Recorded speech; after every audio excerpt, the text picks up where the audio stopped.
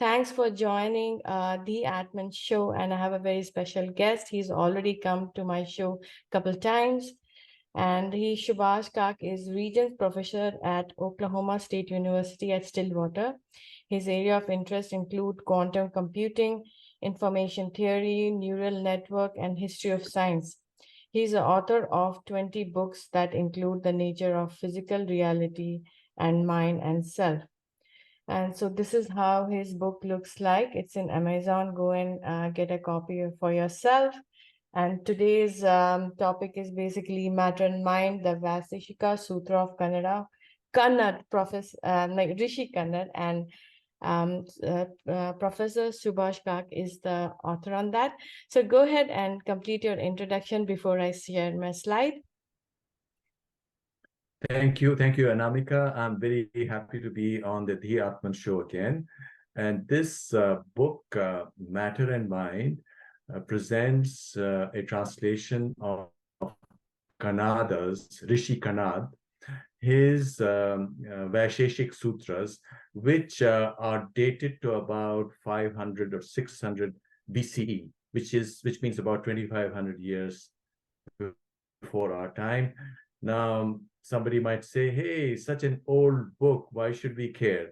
Well, when I translated it about 7 years ago, I was absolutely astonished that this book has insights which are not only amazing for its time, but are still relevant. In fact, one can easily show that the current problems that we have in physics and in science could gain from the intuitions which are a part of Kannada's Vaisheshika Sutras. So I think this is a book which has been very sadly ignored in Indian schools and colleges. This is a book that every Indian should read. It's a book on science. It's a book not only on the outer world, or outer universe, which is physics, of course, considered by physics, but also the individual. Because there are two aspects to physics. One is the world as it is. The second is us who are looking at this world, right? So Vaisheshika Sutras also tell us something about us. And so it is absolutely incredible. It's an amazing book. In this book, you'll get all this Sanskrit, which you can check out for yourself, because as we know, Sanskrit is already present in every Indian language, whether it's Gujarati or Hindi or Marathi or Telugu or Malayalam, because the vocabulary of all of these languages is largely Sanskritic or mostly Sanskritic. So you can look at the words yourself also, and you will be, or there's an expression in English, your socks will be knocked off, something like that. There's an expression that you'll be so astonished, you'll be so amazed at the relevance of this for our contemporary times. All right, moving on to our, I want to start with something basic. So I saw this in your book, Prakriti. Can you talk about Prakriti and what are the three dimensions, guna, karma, and dravya? Okay. Before I mention this, there's a big controversy going on in India right now. There's a politician, a minister from Tamil Nadu government who says that Sanatan Dharma or Hinduism should be eradicated. In other words, it should be destroyed completely. Now, here is one of the classics of Sanatan Dharma. And now you'll be astonished by the beauty of it. What it says is that as far as the physical reality is concerned, outside world, there are three aspects that describe it completely. One is dravya. Dravya means substance. Second is guna. Guna means the properties of the substance. The third is karma. Karma means its motion. So what it says is that as far as the outside world is concerned, the cosmos is concerned, or atoms are concerned, or materials are concerned, they're completely described by dravya, guna, and karma. And that's amazing, because what it says is that all of the physical universe is determined by physical laws. And that's what it says. Dravya, guna, and karma. Okay, so I just want to ask one thing. that, I've heard like, as and when I read things, there's something called gunas, and that is rajas, tamas, sattva. You think that guna is this guna? No, Is it? no. Rajas, Sattva, Rajas, and Tamas are also gunas or properties associated with the mind Okay.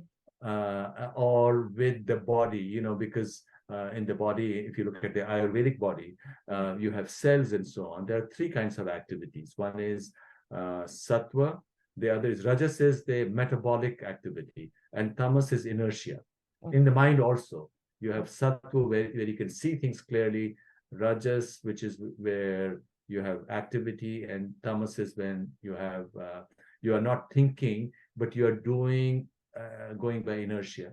And corresponding to this, you also have three great goddesses, which correspond to Saraswati, Lakshmi, Durga. and Durga. Yeah. Yeah. So these are three broad aspects of reality, and so the guna here are the specific properties of substances or atoms. So we're not talking about the mind. This is the matter. Matter has dravya, properties, and motions. Like an atom, electrons are in motion, or atoms are in motion. Yeah. Okay. All right. Then you have an inverted, can you talk about this? This also relates to substance, right? Well, now you have substances with their properties, but who is it who's talking about the substance and the properties? That's you and me. That is the observer. So what Vaisheshika Sutra says is, depending upon where the observer is, there are three unique things associated with it. One is there are certain properties which would appear universal, and universal means samanya. So to every observer, things will appear the same. It's like samanya would be for an observer on earth, the sunrise in the morning, it'll be the same, right? Vishesh is specific property which are unique to the observer, depending upon where the observer is in relation to the rest of the world. And samavaya is, okay, now you have the reality and you have the observer, and observer gets access to specific aspects of this reality. And this is in fact a very deep point, because in quantum mechanics, which is the deepest theory of physics, it's been shown, and that is one of the foundational ideas of quantum mechanics, that the reality that you have, depending upon how you interact with it, you get access to only certain aspects of it. Though reality consists of all kinds of possibilities, but the moment you interact with it, you get access to only specific, unique aspects of it. So that is the Vishesha that you get through Samavaya. So Samavaya is that interface between the outer and the inner. So this triangle is associated with the inner, with the observer. The first triangle was associated with physical reality. Yeah, that was the first. That it's Prakriti, and this is Purush. This is us, the Purush consciousness operating through us. Okay. And then you make it together. You join both the triangles.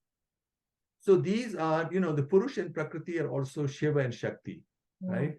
So the Purush, as Purush triangle, there's Samavaya, Samanya, and Vishesha is pointing upwards, and the Prakriti triangle, Guna, Karma, and Dravya is pointing downwards. And this is one of the tantra. I saw that, right? Where Chandrayaan landed, it is now been called as Shiva Shakti.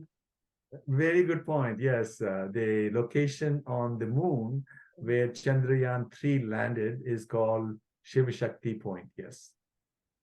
Okay. So moving on to our next. So this is like everybody's very interested. So Newton's law, we all know that an object remains in the state of rest or motion unless acted upon by force. Force equals mass times acceleration. And the third is very popular. To every action, there is an equal and opposite reaction. So with that, Kanada's laws has three principles and three laws. So can you start with the principle first? Okay, so the principles are, for example, the first is karma sadhyam na vidyate. From motion, new motion is not known. In other words, if some object is in motion, it will stay in motion. It will not change motion of anything else, right? That's a principle. So motion is by itself. So this is a principle which sort of relates to how reality is not sitting on top of each other in a jumbled way. So there is a kind of a clarity. Motions are by themselves. So that is the first one. The second one is karanam abhavat karya abhavaha.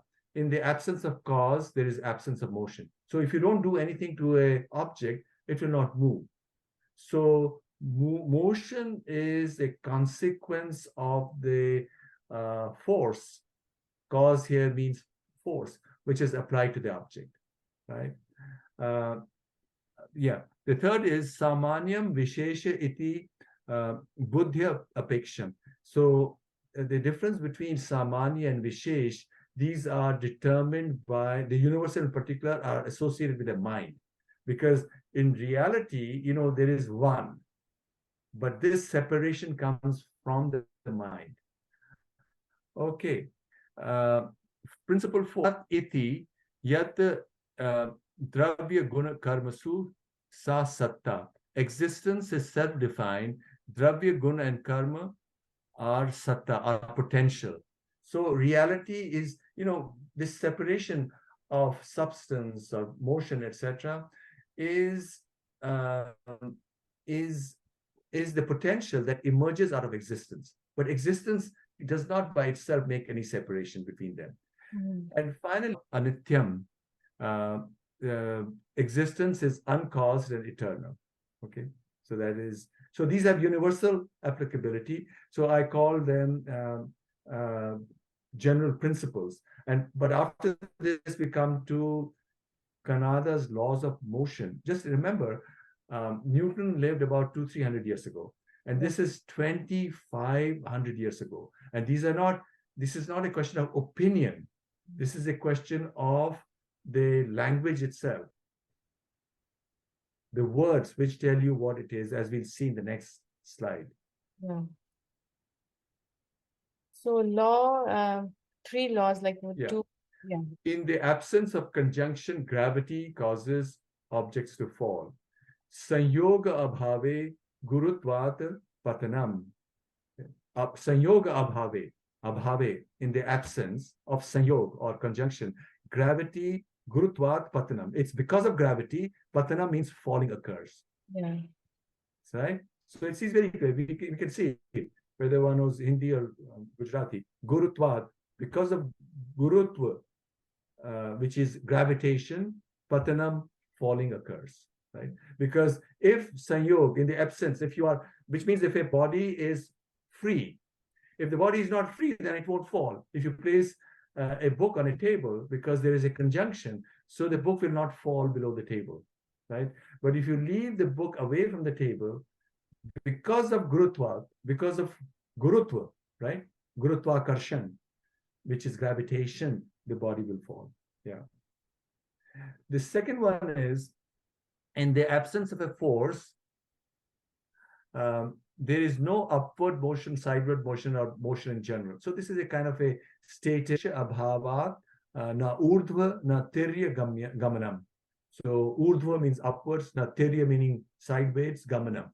Without application of force. Nodhanam means force.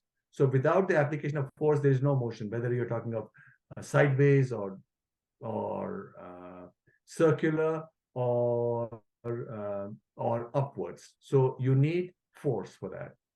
The second, pressure on the bow leads to the arrow's motion. From that motion is momentum, from which is the motion that follows, and the next, and so on. Which means, no danada dia misho karma karitacha sanskarat uttaram tatho uttarancha. In other words, the motion can be broken up into its parts, that the arrow leaves, but that as the arrow is moving, that motion goes, that momentum brings in the motion that follows. There is the momentum, so it leaves, and then it goes again and again if you break up the time into a discrete sequence, right? Which is very interesting, which is a fun general principle that the application of force, this force gets translated into this motion, into momentum, which keeps the object uh, going forward unless it is stopped. Right? And the last one is extremely fascinating. It says, Karya Virodhi Karma. Karya means action, Virodhi means opposition, by karma means reaction, which is to every action, there's an equal and opposite reaction, almost identical. Just imagine. 2,700 years ago. 2006 or 2,700 years ago, there is a statement which is almost the same, identical to what is Newton's third law of motion. Okay, very interesting. All right. So here, right, I was reading about the Vaisheshika Sutra. So we all learned in our schools, right, that atom is made of protons, electrons, neutrons. So he already gave it that the equivalent of protons, electrons, neutrons are Prithvi, Apas, Vayu. And then they all make up molecules using some of the properties like Rupa and Rasa. So can you please explain that? Like this is very basic, and everyone wants to know that. Yeah. Okay, so what Kanada says is, and this is of course the famous Mahabhut theory, that there are five Mahabhutas, and these bhutas are Prithvi, Apas, Tejas, Vayu, and Akash, right? Five, and you have these in Sankhya as well.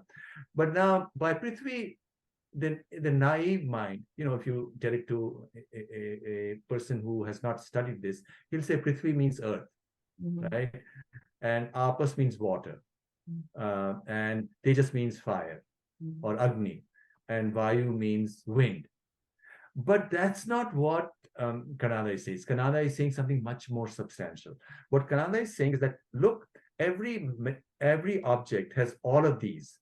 And the example that is normally given is that look at something solid, such as gold. It's like Prithvi, it's solid, right? Now, if you heat it, it will become liquid, which means that the liquidity was already a part of gold, but it was hidden inside. Yeah. Now, where does liquidity come from? It comes from the electron, because normally a solid substance, the electrons are going through and the atoms are where they are.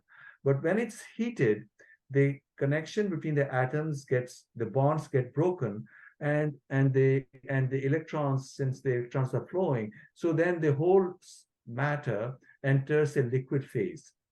So the electrons represent liquidity, and fire represents electromagnetic energy, which is what light is, as well as, and finally, Vayu.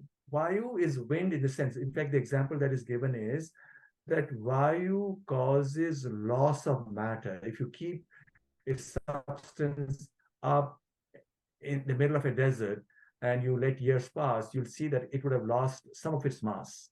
And the whole idea, and that is where neutrino comes in.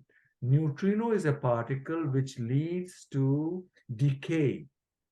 Now, of course, Kanada is not using these words, proton, electron, but the centrality of the idea, as expressed in his sutras, is this, that Prithvi represents solidity, Apaha or Apas represents fluidity or movement, Tejas represents fire, which is like photons, and Vayu represents loss of mass, exactly corresponding to these four elementary particles of modern physics. But of course, we are not saying that he anticipated modern physics, but the intuition is already there in its complete form. Okay. And then he also says, and later on, it's also said that you also have anu. And as these anus come together, they form more and more substances, which is what we have. Atoms coming together and binding together form molecules. Molecules. Yeah. All right. Moving to our next slide. So you said that, can you little bit talk about Canada's concept of time and space before we go to the 6 ontological categories? So what is he thinking about? What is his thinking about time and space? Well, in his whole system, he speaks of dik and kala. Dik means directionality, and kala means time, right? But above that is mind.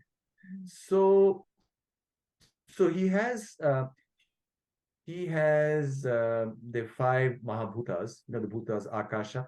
4 of them are atomic. This is something very important to say, that Prithvi, Apas, Tejas, and Vayu are atomic. They have Anu or Anav nature. But Akasha is not atomic. Akasha is continuous. Now, Akasha is normally viewed as space, right? But in reality, what he's talking of Akasha is something more deeper. And this is why all of this is going to be of relevance to modern physics also. So he says you have Akasha, but from there and from all of these come the concepts of dik and kal, of direction and space, right? And above that sits consciousness or purush, and above that sits manas or mind, right? Now, why is it important? Because in modern physics, or physics in the last 200-300 years, certain properties of time and space have been taken to be implicitly true. For example, it's been assumed that space is exactly three-dimensional. But he doesn't say that. He says this three-dimensionality that we have is assumed by the mind, while space, dik is somewhat different. Akash is somewhat different. Dik is, of course, three-dimensional, right? We imagine that these directions are orthogonal to each other. And this opens up many possibilities as far as future understanding or unfolding of physics is concerned. Yeah, so that's what I've heard. Like even Stephen Hawkins, he in one of his statement I was reading, like he also say it is not just 3 dimension. There are many more dimensions. Oh, yeah, that's a good point. You have, if you look at classical physics, there are 3 dimensions. And then when relativity theory came along, they said time is also another dimension. So now you say 4-dimensional space-time, right? And now you have modern physics theories which say that maybe there are even more dimensions and they get sort of curled up and we don't see them. But here I'm talking about something even deeper. And in fact, I've written many papers in the last 2-3 years on this. Based on certain properties of logic, I have argued, or there's a mathematical theorem, that space is not 3-dimensional, but it is slightly less than 3, 2.7, 2.718, which is E-dimensional, because that is optimal. And everything in physical reality is optimal, right? And the moment you say that, and you can Google it, E-dimensional universe and so on, and all the published papers, the moment you say it, it becomes a new theory of gravitation also. And not only that, it explains certain things in neuroscience. And in a paper that appeared just on 4th of July, 2023, this theory is even able to explain to us the very certain or ill understood aspects of the genetic code. Because if the outer space has a certain structure, our inner biological space should also have a similar structure. And so I think this is even deeper than 3+1 dimensional, because those mathematical models that string theory and other theories have brought along, they are based on mathematics. Not they are mathematical models which basically assume that reality is binary, 2-dimensional, right? But as you know, in the Vedas, in the Sanatan Dharma tradition, because now Sanatan Dharma is an attack in India. Sanatan Dharma tradition, it's stated that 3 is superior to 2, and the Vedas themselves are called Trayi Vidya, triple knowledge, right? And that's why in Sankhya or in Ayurveda, there are 3 gunas, 3 gunas. And in Ayurveda, you also have 3 doshas, because 3 is better than 2, which is why modern medicine has not done very well against the pandemic, right? Because the fatality rate in America was so much higher, 10 times higher than in India. So, but in mathematical logic, the optimal is E, 2.718.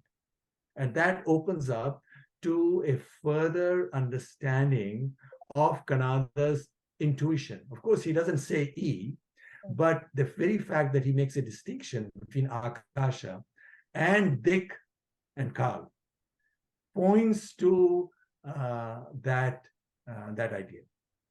I don't know.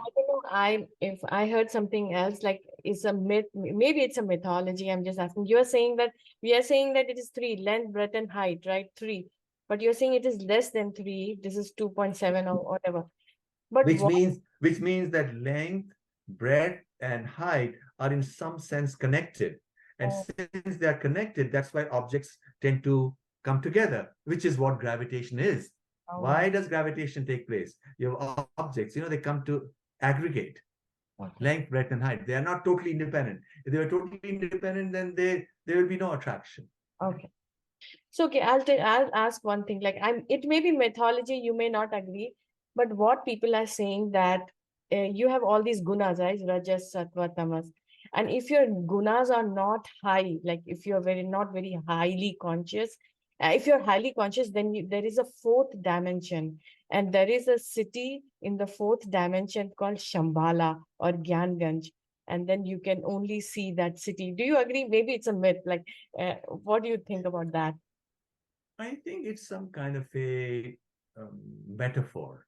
Oh, okay. Not a real city, a metaphor that, okay, if you see, normally one is caught within the karmic chain, action reaction chain.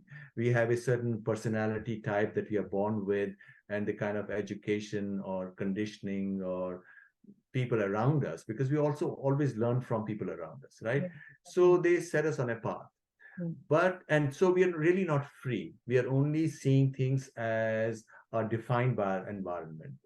But if you are able to go through your tapas or through your sadhana or whatever your sadhana might be, if you are able to transcend this karmic chain, and that is really what moksha or mukti is, then suddenly you are able to go to another realm of consciousness, which is beyond your ordinary realm. And you could call it Shambhala, or you could call it whatever else. Yeah. So in that sense, as a metaphor, it is right. Okay. All right. Let's move on to 6 ontological categories of Vaisheshika. So 3 for the outer reality, the second is for the intuitive. So the ideas of Vaisheshika can also be important in the study of neuroscience and model of consciousness. So can you talk about this outer reality and intuitive space? I think you already spoke, but yeah, the outer reality, of course, is the physical universe, and according to Vaisheshika, completely determined by laws. In fact, the Vedas say ritham. Ritham means laws. Mm-hmm. They determine the outer universe. The second is the inner space, right, which is the inner space of observers, of the mind. Now, one must also not forget that according to the Vedic system, there is a equivalence between the outer and the inner, which is the reason why we are able to understand the outer. Because the inner space of consciousness, right? If you close your eyes, how are we able to make sense of this universe, billions and billions or trillions of miles broad? Because the consciousness has the capacity to make a sense. And it's also called the Brahmanda and the Pindanda equation, Yat Pinde Tad Brahmande, right? As in the mind, so in the universe, or the other way around. Mm-hmm. So that is the other one. And it of course has many implications. One implication is that anybody, well, first of all human beings and all pranis, all living objects, as far as their consciousness is concerned, is the same. They're all the same. Of course, the capacity of their brain might be different, right? But people are the same. The same spirit is within each individual. All human beings are the same. That's wonderful from a social perspective as well. It doesn't really matter where they are from, what family, what jati, what race, where everybody is equal. The second it says is that we are all born with certain tendencies, and part of some of them are biologically determined, by our genes and so on. But every human being has the capacity to reach that space beyond into which they have been acculturated, right? Which you call Shambhala or whatever else. So, or the space of siddhis, the siddhi space. Siddhi is where you suddenly have that insight because you are one with the light of consciousness within you. Consciousness, you can also see consciousness as or this intuitive space illuminated by consciousness, and consciousness is called Shiva, for example. In the, or if you're a Vaishnava, then you will say it's Paramatma, it's Krishna or Vishnu, right? You can, or you, if you're a Shakti, you'll say it's the goddess. The light is shown to you by the goddess. But whatever it might be, whichever you find happier connecting with, what it means is that that every human being has the capacity to discover that infinite creativity within them. Right? That's beautiful. And then what is neuroscience? Neuroscience is, well, understanding the nature of the mind and the working of the brain. And I did a paper, I did an analysis of the structure of the brain, and I was able to show, I was not even looking for it. I was able to show that if you look at e-dimensionality theory, the brain has 25 independent cognitive centers, which is exactly equal to the number of tattvas of Samkhya, 25, right? Exactly the same number drops out mathematically. Can you believe it? It's incredible. So it has this whole idea, Kanada's ideas have tremendous potential for either a sadhak, for a lay person who wants to understand their own mind, or even for a scientist who wants to understand genetic code or neuroscience, or who's interested in cosmology or in fundamental physics. I'm not saying that any of this is contained there. I'm talking of the intuitions in Kanada's sutras, which open up one's thinking beyond modes. Every thought system also imprisons you. If there is a certain thought system you've learned in college or university, then you only think in that box. And in order to make real progress, you have to go out of the box, And Kanada's intuitions have the capacity to take a person beyond the box. And that's beautiful. All right, amazing, interesting. Let's move to our next slide. So how Shiva is you can say that all the symbol of Shiva is encoded in physics, like his all symbols are form of physics. How does it relate to physics? Shiva's dance. In fact, this Nataraja Murti is installed in front of the CERN headquarters in Geneva. And I've been there, I've seen it myself. So Shiva is a symbol of the dance of consciousness, because Shiva is consciousness personified. Shiva is consciousness. You call it, that's the term. Shiva means auspicious, because if you are able to relate to consciousness within you, it brings auspiciousness, it brings you insights, right? Auspicious. So Shiva's dance is supposed to have 5 movements. And in fact, it's not a static murti. It's in a process of change. Consciousness is dynamic. Thoughts come and go away. The universe is born and then goes away. So you can look at it either at the thought level, at the individual level, or at the entire cosmos level. right? So here you see him, Abhaya Mudra, for example, right? That be not afraid. That is his right hand. Then his left upper hand also has, I think, a mriga, a deer, because he's the, or a damaru, that is the time, right? There's a time. And the damaru is in the upper right hand or the upper left hand, Yes. and and his left right foot is over apasmar, that dwarf. And apasmar means smar, smriti is memory. Smar is remembrance. Apasmar means uh, forgetfulness. That aspect of our life where we forget our true self, this consciousness destroys that. It dances on top of forgetting, forgetfulness, right? That is apasmar. And through his locks comes, there's a moon there, and also the locks also represent the Milky Way or Ganga, because you have Akash Ganga is the Milky Way, the cosmos, and Ganga is, of course, the river.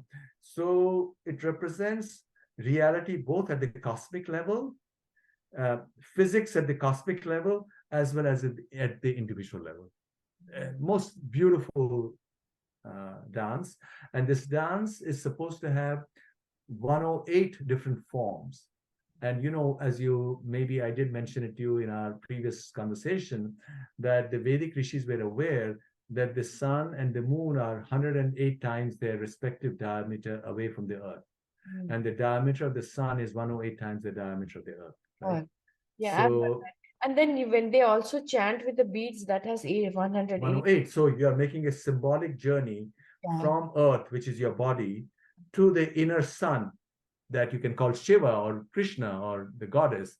You are making a symbolic, each step making a symbolic journey. And by this symbolic journey, by this sadhana, you're hoping to get merged with the inner sun.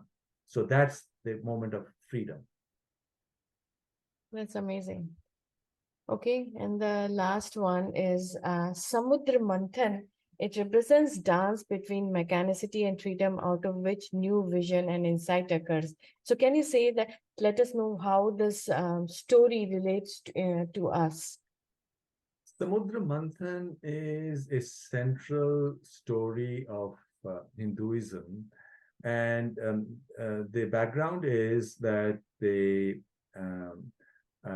devas and the asuras, or the daityas, they come together. They are told by Brahma that if you do Samudra Manthan, you will be able to get these treasures, which will also make you immortal. So Samudra Manthan, the purpose is to get Amrit Manthan, right? So they come together. At that time, the asuras are very strong. Now, the asuras and the devas are present in each individual. The asuras are those senses which tell you are nothing but the body. Because if you think you're nothing but the body, you would want, then you can be very cruel. Then nothing matters. You want to destroy everybody else, right? And there are some people who do that because they are not in touch with their own devas. And devas are those aspects of yourself who are connected to what is infinite, what connects everybody, which is what consciousness is, because there's only one consciousness. So anyway, they come together and they get Mount Mandar, which is one of the mountains close to Mount Kailash. They get the Mandar and they use Vasuki, which is who's one of the serpents around Shiva's neck. And Shiva is, we are talking the cosmic form, right? So you can assume that this is at the cosmic level. And this serpent, the asuras want to be, they are told, well, asuras, why don't you be at the tail and the devas will be at the head of Vasuki? And they get very offended. They said, no, this is very inauspicious for us. And then the devas relent. They'll say, okay, you be at the head and we'll be at the tail. So they start churning. And as they churn, the fumes from Vasuki's mouth already make the asuras weak, right? Because they wanted it. There's always a downside to what you want. But in any event, the first thing that comes out of Samudra Manthan is this poison, halahal poison. And Shiva follows it to save the world because this poison would have destroyed the whole universe. And this poison is this fear of death that every human being has. That you have to swallow, you have to have faith in consciousness, right? And Shiva represents that as well. And then come many other gifts, and some of those are listed here. Kamadhenu, for example, or Uchchaishta was the horse, or there is the Airavat element, or Parijat tree, which is the wishing tree. You can ask for anything. And finally comes Amrit. Dhanvantari comes with a pot of Amrit. And when the asuras see it, they run off with the pot of Amrit. And now this would mean that the asuras will be immortal, right? And the whole world will be destroyed. Yeah. And then Vishnu saves the world. He takes the form of this most beautiful enchantress, Mohini. And the moment the asuras see Mohini, they lose sense, as you know, as when men see beautiful women, they lose all sense, right? So they lose all sense. They forget about the pot of immortality. So they keep on looking at her, and Mohini goes to them and says, "Give me the pot." They give her the pot, and Mohini.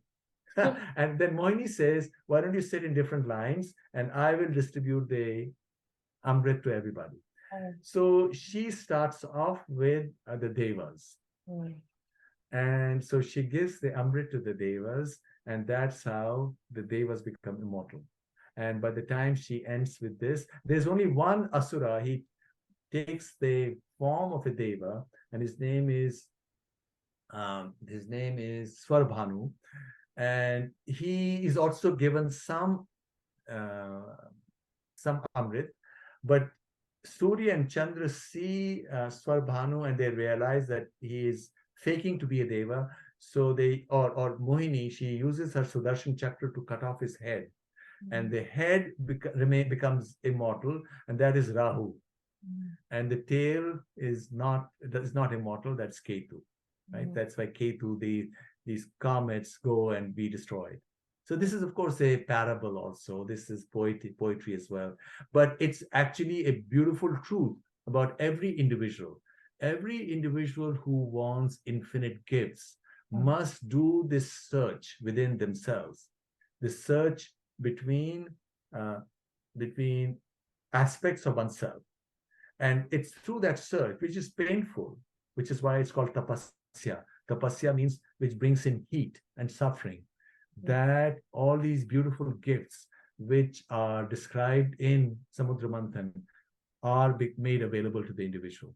I recently wrote a essay on it on medium.com called The Churning of the Ocean and Elixir of Immortality. So some of your readers or viewers might want to read that. Sure. I was looking at the link here. So yeah, we'll definitely check it out. All right. So thank you for the amazing session, and I hope like you'll come for the next session. I'm planning on Panini's grammar. So before I let you go, do you have anything to say to my viewers of the Atman Show? Well, keep on watching the Atman Show, and there's a lot of wonderful stuff that Anamika ji is putting together. And we should, that is Samudra Manthan. Watching this show and other shows is Samudra Manthan. And when you do that, you get transformed. And that's what is reaching out for Amrit, which each one of us should aspire to. All right. Thank you. Bye. Namaste. Namaste.